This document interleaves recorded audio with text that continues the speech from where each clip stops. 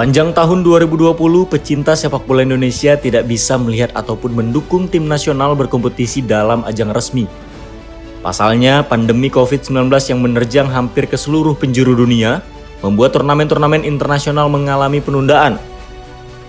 Meski begitu, kondisi seperti ini tidak serta-merta membuat tim nasional Indonesia di semua jenjang usia mati suri.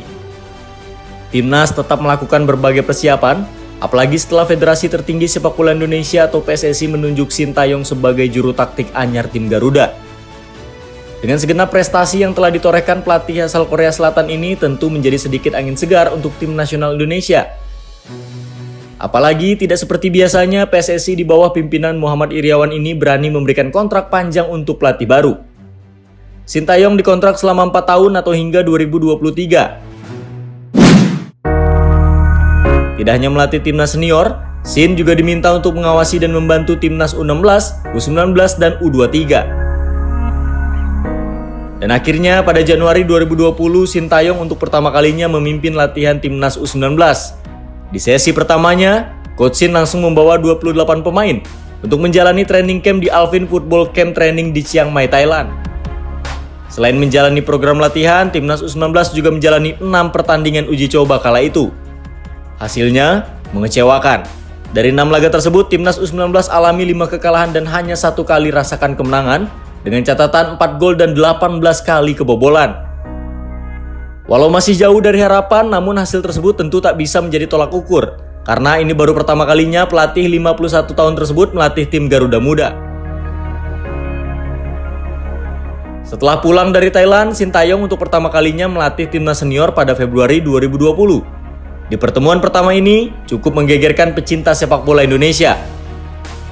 Pasalnya dalam sesi latihan perdana tersebut, Sintayong mengeluarkan ucapan yang tergolong kasar di telinga masyarakat Indonesia. Saat itu STY mengatakan kalau pemain-pemain timnas senior tidak ada yang bisa mengoper bola. Tidak hanya itu, para penjaga gawang timnas senior Indonesia pun juga terkena kritikan pedas dari STY. Sin mengatakan kalau gerakan kiper-kiper timnas seperti kakek-kakek umur 60 tahun.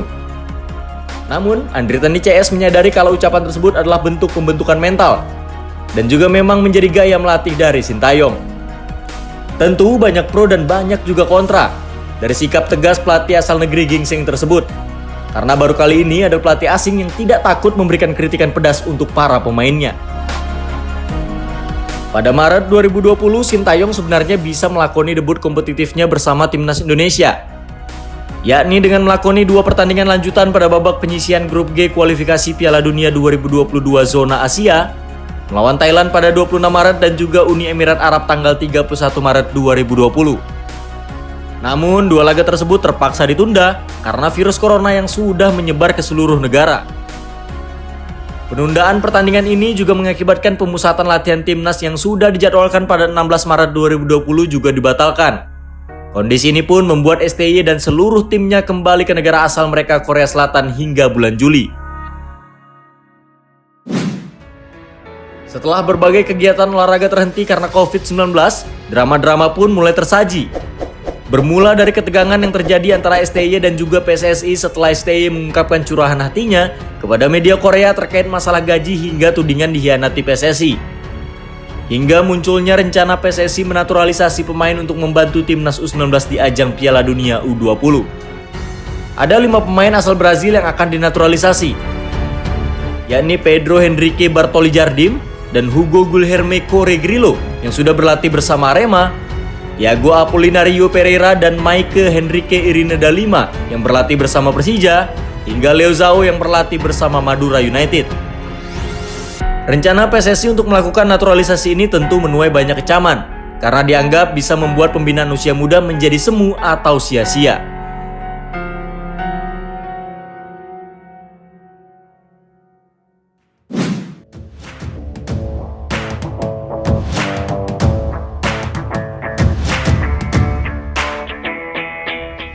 Setelah banyak drama-drama yang tersaji, akhirnya pada bulan Agustus 2020, Timnas U19 berangkat ke Kroasia untuk menjalani pemusatan latihan.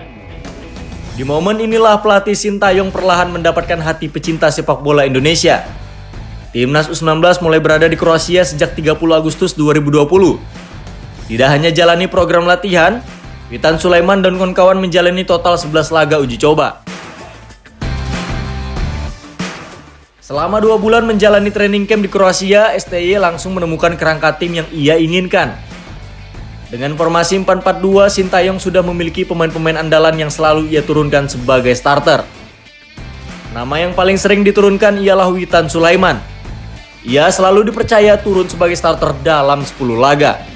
Hasilnya, Witan pun berhasil membuktikan peran pentingnya dan menjadi salah satu pencetak gol terbanyak dengan torehan 3 gol. Meskipun di awal laga uji coba Garuda Muda masih kesulitan menghadapi tim-tim dari Eropa, namun latihan keras Sintayong yang berfokus pada penguatan fisik para pemain terbukti berhasil. Dari 11 laga uji coba, Garuda Muda berhasil catatkan 5 kemenangan, 3 kali imbang dan 3 kekalahan, dengan mengoleksi 19 gol, 17 kali kebobolan dan 3 kali clean sheet. Setelah berbagai hasil positif yang diraih selama pemusatan latihan di Kroasia, Timnas U19 nantinya akan kembali lakukan pemusatan latihan. Rencananya Spanyol akan jadi tempat Garuda Muda menambah pengalaman. Hingga saat ini, Timnas U19 memang menjadi fokus utama PSSI. Karena Garuda Muda akan menghadapi 2 turnamen bergengsi, yakni Piala Asia U19 dan juga Piala Dunia U20 di tahun 2021 mendatang. 2 ajang ini tentu bisa menjadi masa depan STY di kursi kepelatihan Timnas Indonesia. Pasalnya, PSSI sudah membeberkan target kepada STY untuk membawa Timnas U19 minimal lolos dari babak penyisihan grup Piala Dunia U20 mendatang.